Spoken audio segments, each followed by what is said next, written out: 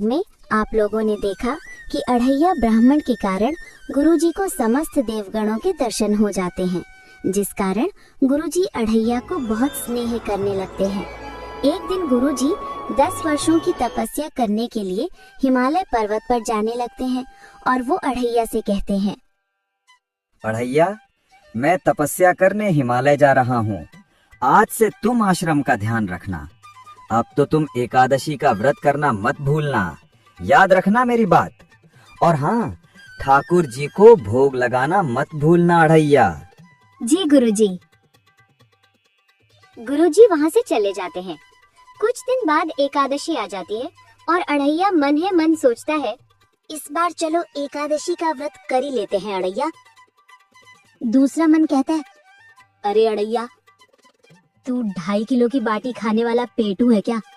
एकादशी का व्रत कर पाएगा? अगर व्रत टूटा तो महापाप होगा ना अढ़ैया। ना तूने गुरुजी से पहले ही बोल दिया था कि तू उपवास नहीं कर सकता, फिर तुम क्यों चिंता करता है? अरे ये तो मैं भूल ही गया था, पिछली एकादशी पर कुछ अधिक ही भीड़ भाड़ हो गई थी, जिस कारण मैं भरपेट भोजन नहीं कर पाया था। इस बार मैं कुछ अधिक ही राशन लेकर जंगल में जाकर रसोई पालूंगा। अढ़ैया बाजार निकल जाता है और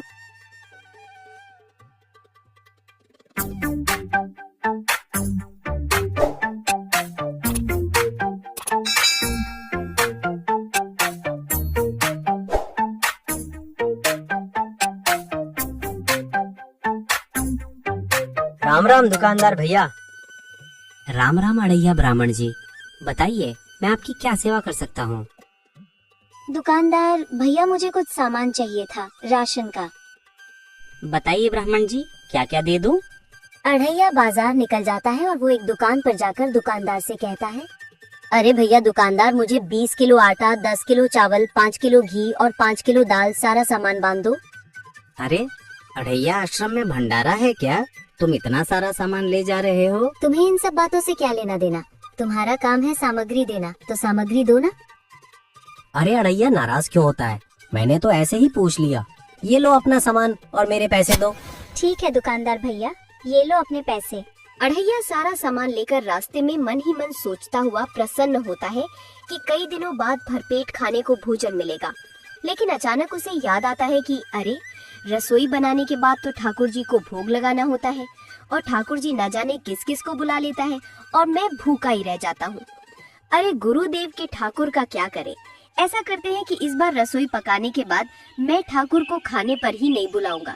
न रहेगा बांस, न बजेगी बांसुरी।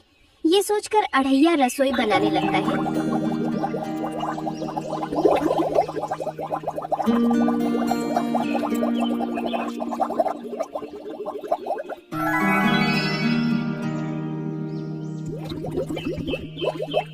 अढ़ैया के द्वारा पकाए जाने वाली रसोई की खुशबू सारे ब्रह्मांड में फैलने लगती है, जिसकी खुशबू की चर्चा स्वर्ग में सभी देवगण करने लगते हैं।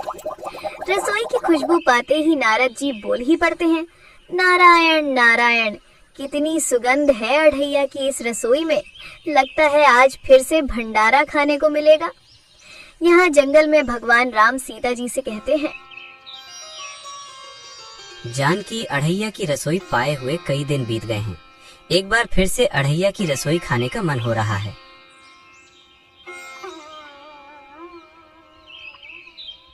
हाँ, स्वामी अढ़ैया इस बार फिर से रसोई बना रहा है। जानकी, अढ़ैया इस बार खाने पर वह मुझे बुलाने वाला नहीं है। वह सोचता है कि हम लोगों के कारण वह हर बार भूखा रह जाता है। स्वामी अढ़ैया आपका सबसे प्रिय भक्त है।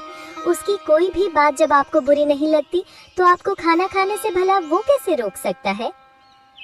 हाँ, सही कहती हो सीते। उसके द्वारा पकाई रसोई इतनी स्वादिष्ट होती है, मैं तो क्या, ब्रह्मांड के देवगण भी अपने आप को अढ़ैया की रसोई खाने से नहीं रोक पाएंगे। स्वामी, इस बार अढ़ैया ने काफी अधिक मात्रा में खाना बनाया है। हाँ, देवी अढ़ैया इस बात से अनजान है कि इस बार तो और भी अधिक देवगणों की संख्या बढ़ने वाली है। तो स्वामी, इस बार कौन कौन भंडारे में आने वाला है? देखती जाओ देवी। आज तो मैं भरपेट खाने वाला हूँ। आज अगर ठाकुर 10-20 आदमी लेकर भी आएगा तब भी मेरे पास काफी राशन है। चलो मेरा खाना तैयार हो गया है, जल्दी से थाली लगा लेता हूँ। अरे यार क्या करूँ, ठाकुर को बुलाऊं या नहीं? अगर नहीं बुलाया तो गुरुजी नाराज होंगे। चलो बुला ही लेता हूँ। गुरुजी के ठाकुर आओ और आकर खाना खा लो। अढ़ैया की आवाज सुनकर सबसे पहले भंडारे में इंद्रदेव पहुंच जाते हैं।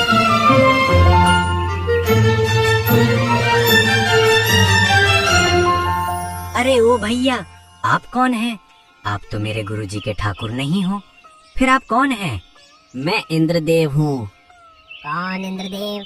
मैं किसी इंद्र विंदर को नहीं जानता। मैंने तो पहले तुम्हें कभी नहीं देखा। मेरा नाम इंद्रदेव है, मैं पानी की बारिश करता हूँ। अच्छा चलो ठीक है। अब आ ही गए हो तो एक तरफ बैठ जाओ।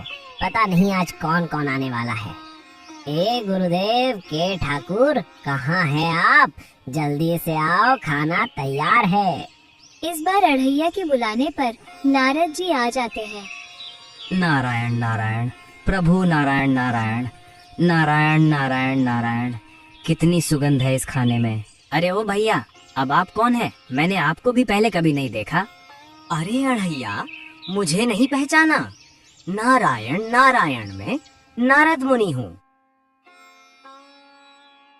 प्रणाम नारद जी, प्रणाम। आयुष्मान अढ़ैया, चिरंजीवी रहो। तो नारद मुनि यहाँ क्या कर रहे हैं आप? आप वही नारद जी हैं जो चुगली करते हैं, इधर की बात उधर करते हैं। यहाँ किसकी चुगली करने आए हैं आप? नारायण नारायण, मैं किसी की चुगली करने नहीं आया हूँ। मैं तो खाने की सुगंध इतनी जबरदस्त है कि मैं अपने आप को रोक नहीं पाया। गुरुजी के ठाकुर, आप कहाँ हैं? आओ और खाना खा लो। कहाँ हैं आप? इस बार पुकार सुनकर जंगल में अनेक आत्माएं, योगिनी, यक्षिणियां, भूत प्रेत आदि आते हैं और धीरे धीरे आने लगते हैं और सभी कहते हैं, हे अढ़ैया, खाने की सुगंध से हम सभी जाग गए हैं।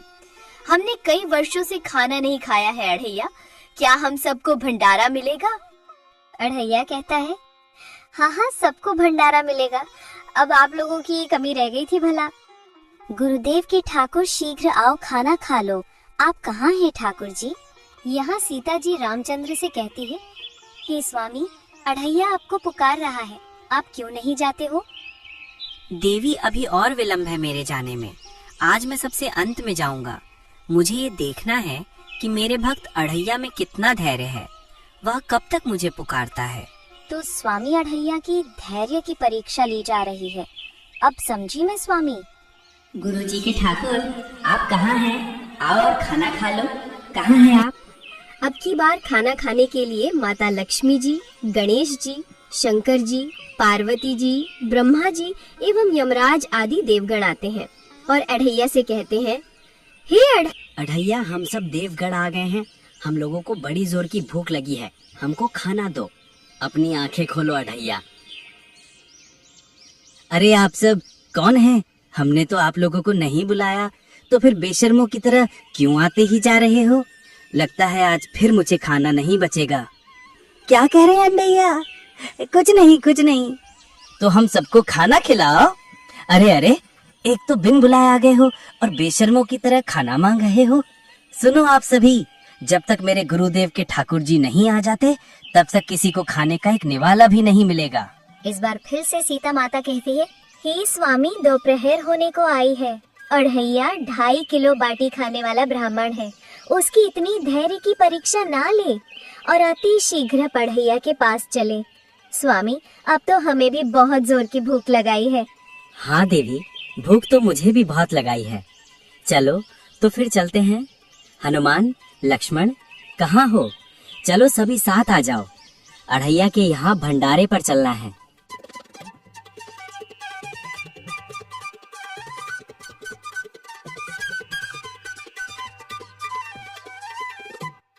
हे गुरुदेव के ठाकुर, कहाँ हैं आप? खाना तैयार है, जल्दी आ जाइए गुरुदेव जी के ठाकुर। अढ़ैया अपनी आंखें खोलता है और कहता है, हे गुरुदेव के ठाकुर जी, आने में इतना विलंब क्यों किया? आने में इस बार अधिक दूरी पर था, इसलिए आने में वक्त लग गया। चलिए ठाकुर जी भोग लगा लीजिए। जैसे ही भगवान राम खाना खाने बैठते हैं, यहाँ कई राक्षसों का हमला हो जाता है और राक्षस खाने पर टूट पड़ते हैं। तभी भगवान रामचंद्र अपनी तीर वाणों से सभी को मार भगाते हैं और खाना स्वयं खाते हैं और अन्य सभी उपस्थित देवगणों को भी खिला देते हैं। इस बार देवगणों, भूत प्रेतों, आत्माओं की इतनी अधिक संख्या हो जाती है कि अढ़ैया को खाने का एक भी निवाला नहीं बचता है। इस बार भी अढ़ैया भूखा ही रह जाता है। लेकिन इस बार अढ़ैया के खाने को खाकर सभी देवगण अढ़ैया को वरदान देते हैं कि हे अढ़ैया ब्राह्मण, सारे ब्रह्मांड तुम्हारे जैसा रसोई बनाने वाला कोई और नहीं होगा, और जब जब कोई भी प्राणी संसार का भंडारा या कोई भी शुभ अनुष्ठान करेगा तो उसे अपनी रसोई सुरक्षित और स्वादिष्ट बने, इसके लिए रसोई के पास श्रीफल यानी नारियल, थोड़े गेहूं, जल का छोटा लोटा आपके नाम से रखा जाएगा, और जो भी रसोईया ऐसा नहीं करेगा उसकी रसोई न सुरक्षित रहेगी न स्वादिष्ट बनेगी, और उसका भंडारे की रसोई आत्माएं ग्रहण करने लगेंगी। ये हम सब देवगणों का तुम्हें आशीर्वाद है। सभी देवगण अढ़ैया को आशीर्वाद देते हैं, देकर चले जाते हैं। यहाँ शाम हो जाती है। अढ़ैया अपने आप से कहता है, इससे अच्छा होता कि मैं एकादशी का व्रत ही कर लेता। इस प्रकार अढ़ैया का एकादशी का व्रत भी पूरा हो जाता है।